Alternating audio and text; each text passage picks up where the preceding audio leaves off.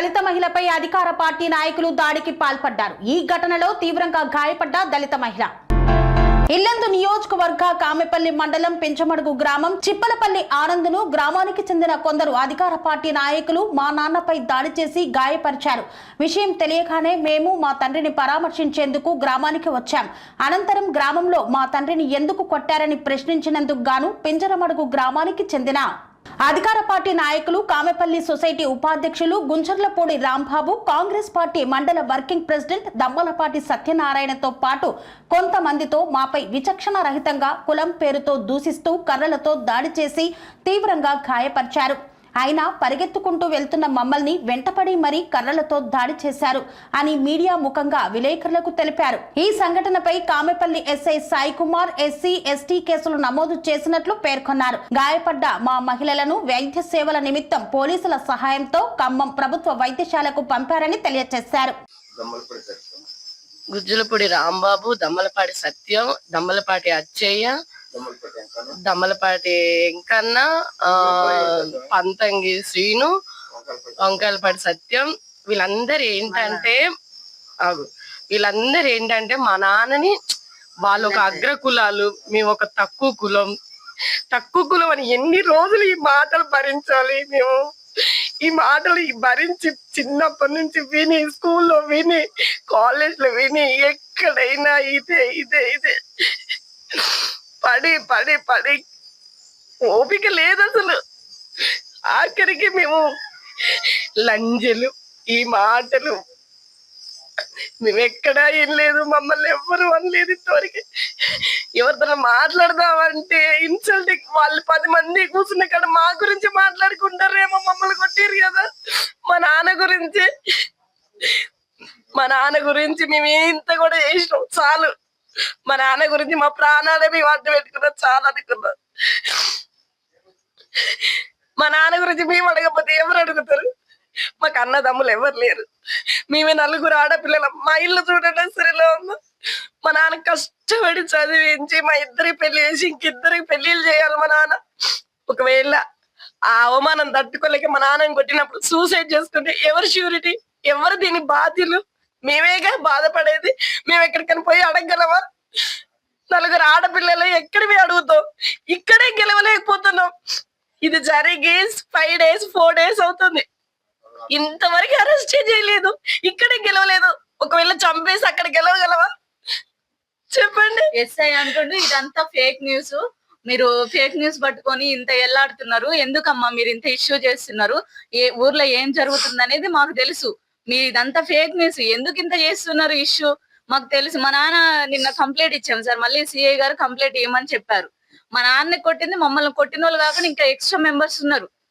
అయితే ఆయన ఎస్ఐ గారు ఏమంటుండు, మాకు తెలుసు ఏం జరిగింది అనేది మాకు తెలుసు, మేము ఎంక్వైరీ చేసుకున్నాం అంటే దెబ్బలు తిన్న వాళ్ళని ఎవరెవరు కొట్టారు అనేది మాకు తెలుస్తుంది.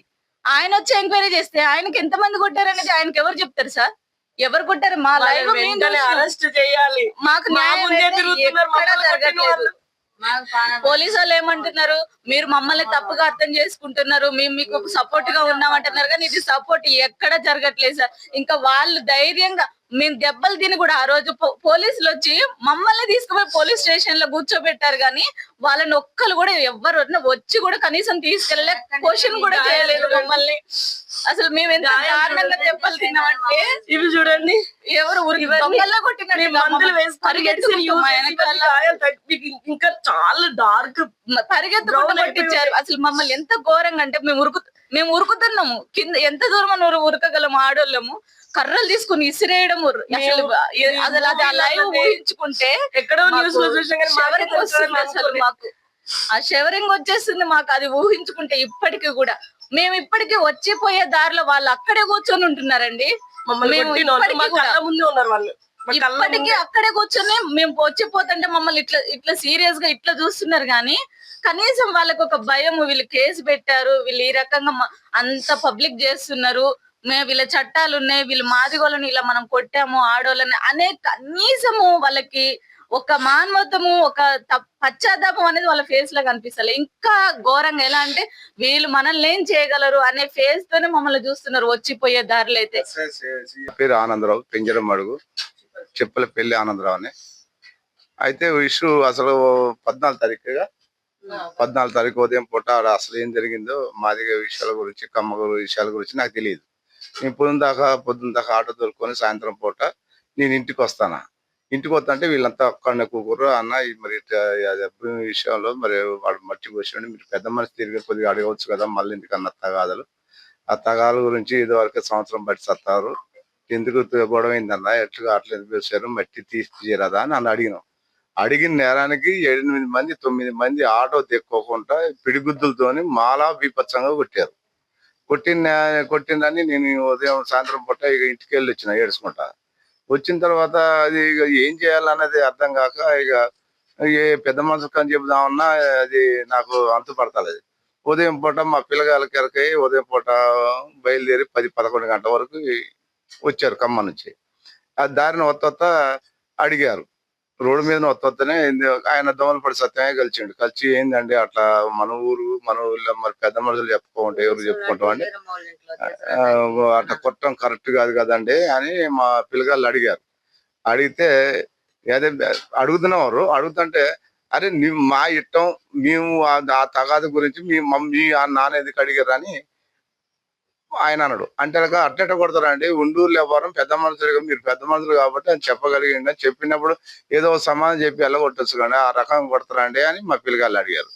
అడిగిన దానికి మాది రాంజమ్మట ఎన్ని మాటలు సతాంశ మమ్మల్ని అని ఇంట్లో నుంచి కర్రలు తీసుకొని వచ్చి ముందుగాలి గుజ్జులపూడి రాంబాబు, దొమ్మలపట్టి సత్యం, దొమ్మలపట్టి వెంకన్న, దొమ్మలపట్టి అచ్చయ్య, మరి గుజ్జులపూడి చిన్నెంకయ్య, మరి వంకాలపట్టి సత్యమయ్య, వీళ్ళు 5-6 పంతంగి సీను, సాకలల్ల సీను, వీళ్ళు కలిసి బీపచ్చంగా పిల్లగాళ్ళని పట్టుకొని ఉరికించుకుంటా, రోడ్డు మీద ఉరికించుకుంటా ఆ రకంగా కర్రలతోని మరీ సినిమాలల్లా కొట్టినట్టు కొట్టారు సార్. మరి మేము అసలు ఎవరు చెప్పుకోవాలని అర్థం కాక పోయి కేసు పెడితే సార్ ఈ రోజు వరకు కూడా వాళ్ళని అరెస్ట్ చేయలేదు. మాకు చాలా నామూస్ అనిపిస్తాను సార్. మేమైతే ఎట్టి పరిస్థితిలో ఈ వారం రోజులల్లా మేము ఇంటికాడ ఉంటల్లా. చాలా పెద్ద మనిషి, 80-86 సంవత్సరాలు ఉన్నాయి. మా అమ్మను వదిలిపెట్టిపోయి ఖమ్మంలో దాక్కోవాల్సి వస్తుంది. ఆమెను దాదాపు 10 సంవత్సరాలు బట్టి కంటికి రెప్పలేక సాదుకుంటా ఇప్పటిదాకా వచ్చినాం. మరి ఏం లేకుంటుంటే ఆమె మనేదబాడో లేకపోతే తిండి లేకుండా తిప్పలు లేకుండా ఒకళ్ళు చచ్చిపోతే మీ ఎవరిని అడగాలి? వీలు చేయబట్టేగా నేను పోయి ఖమ్మంలో భయపడి దాక్కునేది. మరి ఎప్పుడు ఏ టైనా వచ్చి ఇంటి మీద పడి కొట్టి చంపుతున్నా భయంతో నేను ఖమ్మంలో ఉంటుంది సార్. మరి మా అమ్మ మాత్రం దాదాపు 85-86 సంవత్సరాలు ఉంటాయి. చాలా ముసలమ్మ. ఆమెను ఇప్పటిదాకా ఈ ఊరు మొత్తం తెలుసుని ఆమెను చాలా జాగ్రత్త చదువుకుంటా వస్తున్నా. అట్లాంటి మనిషిని వదిలిపెట్టిపోయి ఖమ్మాలు చాపుకోవాల్సి వస్తాను సార్. మరి ఏదైనా దయచేసి వాళ్ళని అరెస్ట్ చేసి ఉంటే మమ్మల్ని, నేను ఇంటికాడ ఉండి మమ్మల్ని చదువుకునేది చాలా కల్పించామని గవర్నమెంట్ కానీ మిమ్మల్ని కానీ కోరుకుంటాను సార్. ప్రెసిడెంట్ శ్రీకాంత్ వాళ్ళ వైఫ్ని ఇట్లా 3 నెలల క్రితం వీళ్ళకి ఎలక్షన్స్ జరిగాయి, అంబులెన్స్ ఎలక్షన్స్. దాంట్లో వైస్ ప్రెసిడెంట్గా శ్రీకాంత్ ఎన్నుకున్నారు. అయితే ఈ 3 months నుంచి కూడా తను చెప్తానే ఉన్నాడు, ఇట్లా గొడవలు అవుతున్నాయి అంబులెన్స్లో, ఇట్లా వినయ్ అనే అతను కొంచెం ఇబ్బంది పెడుతున్నాడని చెప్తే ఏం కాదు మీరైనా కొంచెం తగ్గుండండి, మనం అసలే ఫ్యామిలీస్ మెంబర్స్ అని మేము చెప్పుకుంటూ వస్తూనే ఉన్నాము. అట్లా నిన్న 11కి మీటింగ్ ఉంది ఆఫీస్లో అని చెప్పేసి వెళ్ళిపోయిన తర్వాత ఒక 2 hours నేను కాల్ చేశాను. కాల్ చేస్తే ఆటోమేటిక్గా అంబులెన్స్ వాళ్ళు ఎత్తి ఇలా గొడవ జరిగింది, సీరియస్గా ఉంది, హాస్పిటల్లో అడ్మిట్ చేశామని చెప్పారు. వచ్చి చూస్తే డాక్టర్ గారు సీరియస్గా ఉంది, 24 hours దాటితే కానీ ఏం చెప్పలేము, ఇమీడియట్లీ హైదరాబాద్ షిఫ్ట్ చేయాలి, ఫుల్గా ఎవరో కావాలని కొట్టారమ్మా అని చెప్పారు. మేము ఆరాధిస్తే వినయ్ వాళ్ళని తెలిసింది. ఇప్పుడు మాకు 2 పిల్లలు ఉన్నారు, ఇప్పుడు నా పరిస్థితి ఏంటి, నా పరిస్థితి ఏంటి, ఫ్యామిలీ పరిస్థితి ఏంటి, మేమేం కావాలి? ఒకవేళ మనిషి చచ్చిపోతాడు, ఆ మినిట్ చచ్చిపోతాడు, మాకెవరు దిక్కు అసలు. మనిషిని అట్లా నాకు కొట్టేది, వాళ్ళకి లేరా, పెళ్ళం లేదా, ఎవరు లేరు, పిల్లలు లేరా?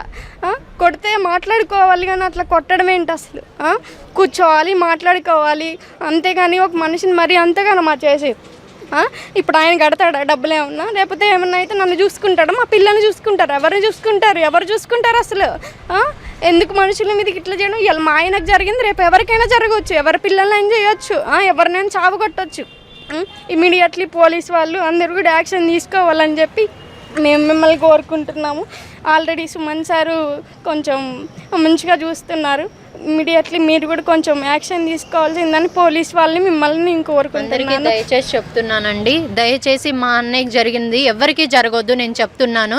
అందరూ మనుషులేనండి, కూర్చొని మాట్లాడాలి. ఏదైనా ఇలా చేస్తే కుదరదండి. అందరికీ పిల్లలు ఉన్నారు. మా ఫ్యామిలీ ఏం కావాలి? ఇప్పుడు ఆ అబ్బాయికి ఏదన్నా అవుతుంది, మా ఫ్యామిలీకి ఏం కావాలి? మీరు న్యాయం చేయాలండి. దయచేసి మాకు న్యాయం జరగాలి.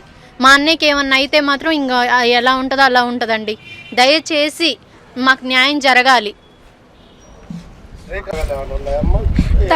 తను చెప్తా ఉండేవాడండి, ఇట్లా ప్రెసిడెంట్గా అవ్వడం అసలు తనకి నచ్చలేదు, దానివల్ల ఇట్లా చేస్తున్నాడు. కొంచెం లెక్కలు చెప్పేవి ఉన్నాయి. మేము లెక్కల గురించి అడుగుతుంటే తను లెక్కలు చెప్తా అంటున్నాడు, చెప్పట్లేదు. తనే మొన్న కాల్ చేసి లెక్కలు చెప్తారండి, మీ 5గురే రండి అని చెప్పాడు. మేము 5గురమే వెళ్తున్నామని చెప్పినప్పుడు కూడా నేను చెప్పలేదు, జాగ్రత్తగా ఉండు, నువ్వు వెళ్ళొద్దు అని చెప్తే ఏం కాదు తను మంచోడైండు, మారిండు అని చెప్తున్నాడు. కానీ మారిండు అని చెప్పి తిను నమ్మినప్పుడు తను ఎందుకు అట్లా నమ్మకం లేకుండా చేసిండు? అసలు ఆఫీస్కి దగ్గర రమ్మన్నారు, నేను వెళ్తున్నా అని చెప్పేసి వెళ్ళిపోయిండు. ఆ తర్వాత మాకు 1:30 కాల్ వచ్చింది. మేము సడన్గా ఇంకా హాస్పిటల్కి వచ్చేసామండి. ఆ తర్వాత జరిగిందంతా ఇదే, ఇంకా సీరియస్గా ఉంది. ఇప్పుడు కూడా ఏం చెప్పలేమనే చెప్తున్నారు డాక్టర్స్ కూడా. అది మీ యూనియన్ అంతా కూడా అంతా ఒక ఐక్యతగా ఉండి మా బాబుకు మాత్రం న్యాయం చేయండి. ఇవాళ మా బాబు అవుతాడు, రేపు మీరైతారు. మీకు పిల్లలు ఉన్నారు, వాళ్ళకి పసిపిల్లలు, మరి పిల్లలకు 3వ సంవత్సరమే వాళ్ళకి. దయచేసి మీరందరూ ఒక కట్టుకుండి మా బాబుకు మాత్రం న్యాయం చేయండి. మేము వీటిందరినీ కోరుకుంటున్నాం. సెరెనిటీ మోడల్ హై స్కూల్ విద్యార్థులకు అమ్మఒడి, సామాన్యులకు అందుబాటులో ఉన్న బడి సెరెనిటీ. మేడ్చల్ జిల్లాలో మేటిగా నిలిచి సాటిలేని ఫలితాలను సాధిస్తున్న నంబర్ 1 స్కూల్ సెరెనిటీ. మా ప్రత్యేకతలు ప్రతి విద్యార్థి పట్ల వ్యక్తిగత శ్రద్ధ, activity based learning and digital classrooms, computer lab, 100% ఫలితాలు, sports and cultural activities, yoga, abacus మరియు Vedic maths education. Please visit Serenity Model High School, Nagaram. Admissions are in progress. Call 040-271-46899 and 040-271-48699.